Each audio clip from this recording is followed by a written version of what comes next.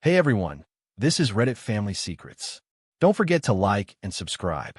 I'd love to know your thoughts about this story and what you think about the characters and their decisions. Share your thoughts in the comments. Enjoy the story. Come with me. You need to see this yourself.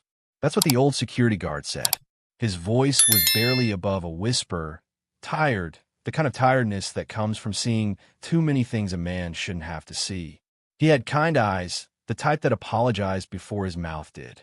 I had just finished paying for a cart full of groceries. My wife, Melanie, had stepped away to take a call near the produce section. Said it was her sister. Nothing unusual about that. Nothing that made me look twice. Until he touched my arm. I followed him without asking why. Maybe it was the way he moved, slow and deliberate, like a man leading someone to a casket. We walked past the bakery display, past the floral section, down a narrow hallway that smelled like cleaning supplies and old carpet. He pushed open a door marked employees only and pointed to a monitor mounted on a shelf above a cluttered desk. A live surveillance feed, black and white, grainy at the edges. And there she was, Melanie, my wife of 14 years, the mother of my 2 daughters, standing in the corridor beside the fitting rooms, one hand on her hip, the other pressing her phone against her ear. She was laughing. Not the polite laugh she used at dinner parties. The real one. The one I used to believe was only for me. The audio feed was fuzzy, but the words cut through clean. He's in the checkout line. We got maybe 5 minutes. I know. I told him I was on with my sister. He never questions it.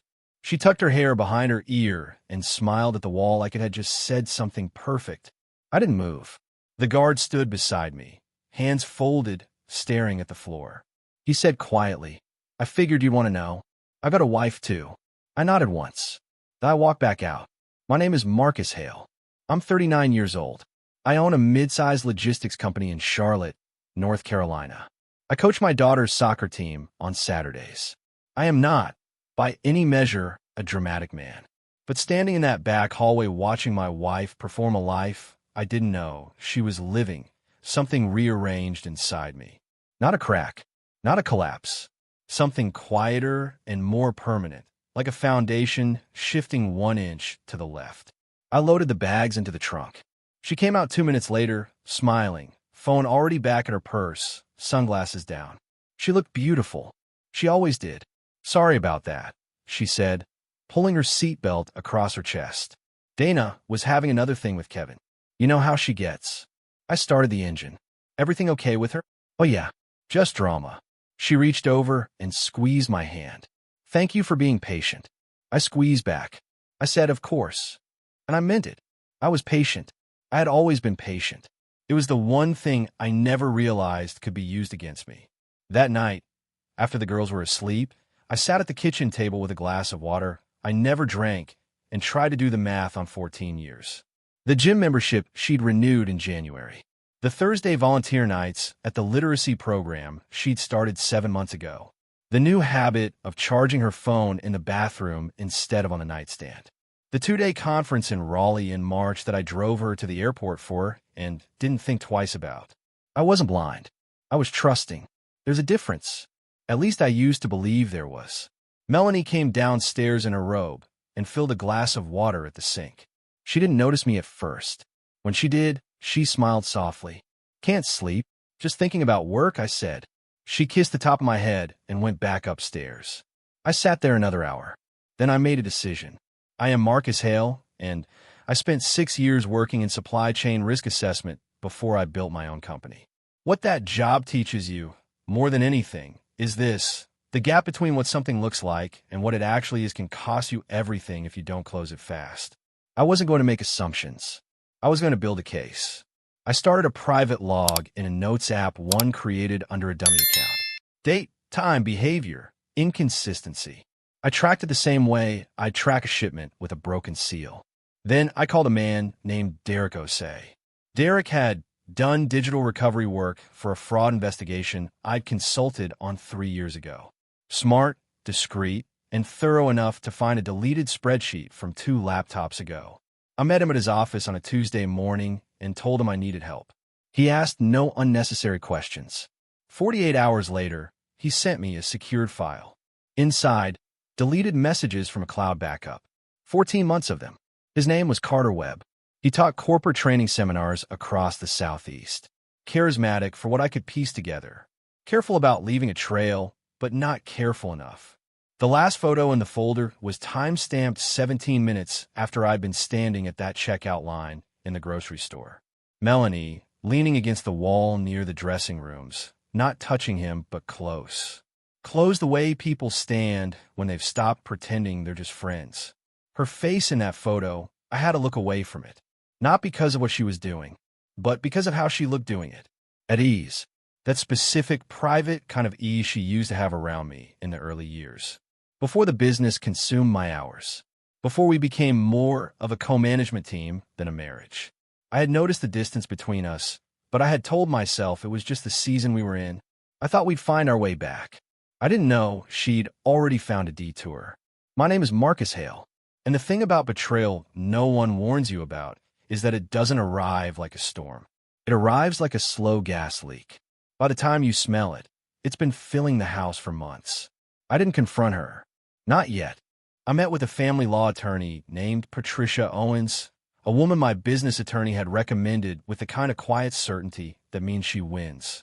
We spent 2 hours together. She asked me the right questions. I gave her the right documents. By the end of the meeting, I had a protection plan, a timeline, and one clear directive. Nothing before Thursday. Then I called my financial advisor, Glenn.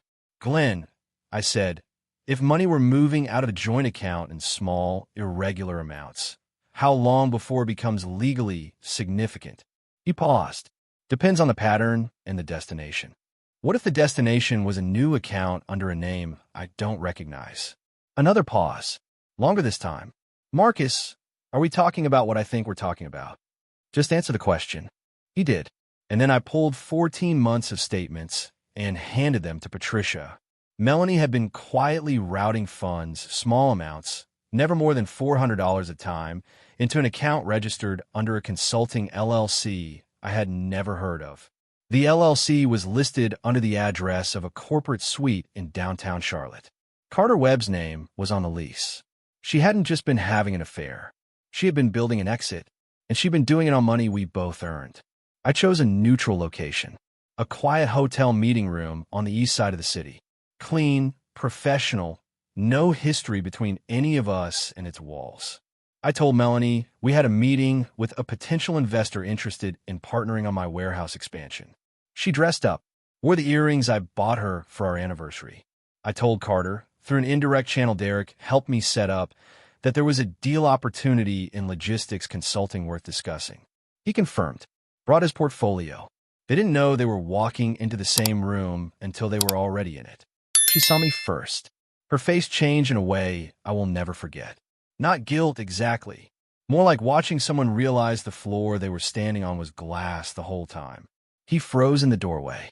Sit down, I said. They did. I set the envelope on the table. I didn't open it for them. I just let it sit there. I'm not here to cause a scene, I said. I'm here because I respect both of you enough to let you hear this in person. Melanie started to speak. Marcus, I'm not here for an explanation. I slid the envelope forward.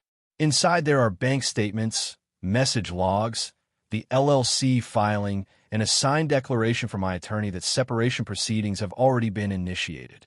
Carter leaned forward. His voice was controlled. You ambushed us. I looked at him for a long moment.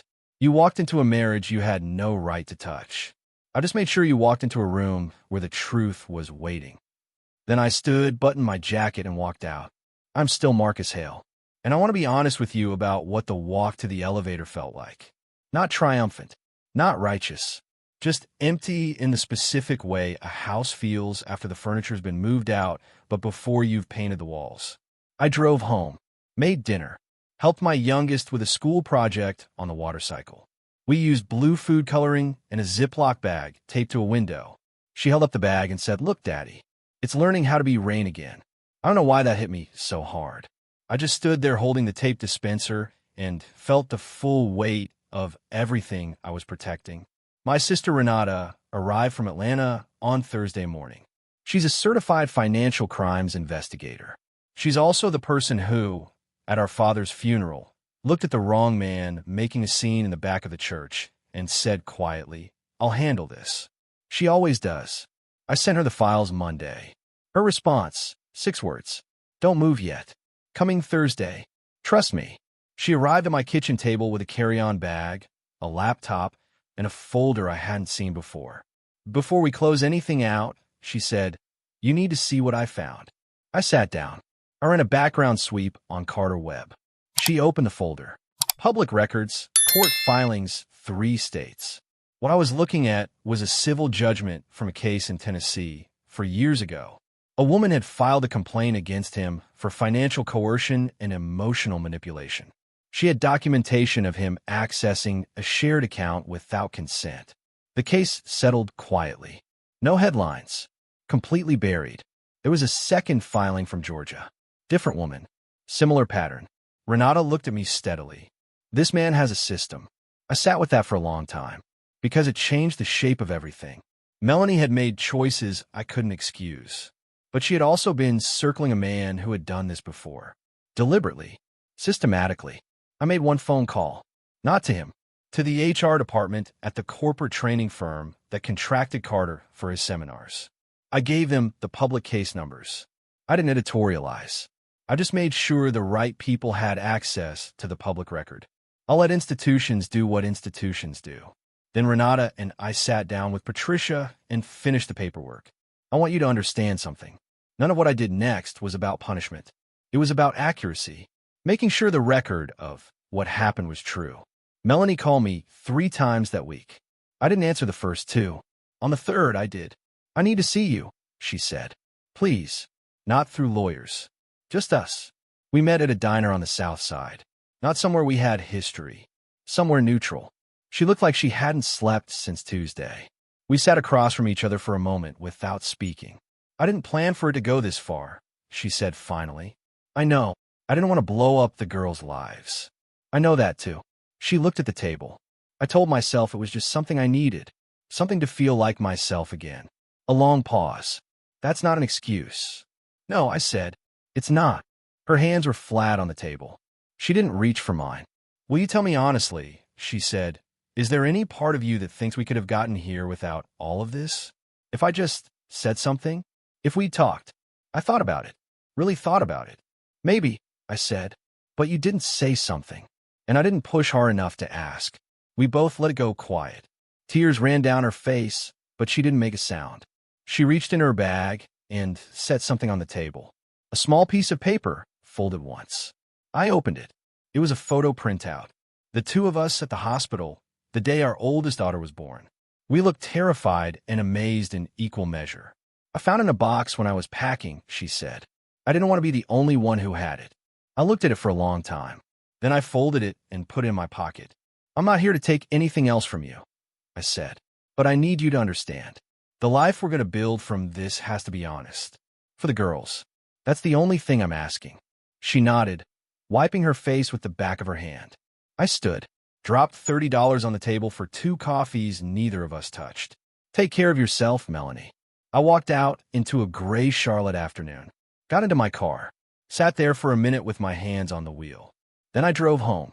The girls were at the kitchen table doing homework when I walked in. My youngest looked up. "Is everything okay, Daddy?" I set my keys down, pulled out a chair. "Yeah, baby. Everything's okay." She went back to her worksheet. My oldest was highlighting something in a textbook, headphones half on, already in her own world. I looked at both of them for a moment, these 2 quiet, serious, miraculous people, and I thought about the water cycle project on the window. About how water doesn't disappear. It just changes form, comes down as something new. My name is Marcus Hale, and I'm not the same man who stood in that back hallway watching a surveillance monitor and feeling the floor give way. That man is gone now. What's here is someone who learned that peace isn't the absence of pain. It's what you build after you stop pretending the pain isn't there. I had already started building. If this story hits close to home, you already know what to do. You don't need more proof. You just need more honesty. Start there.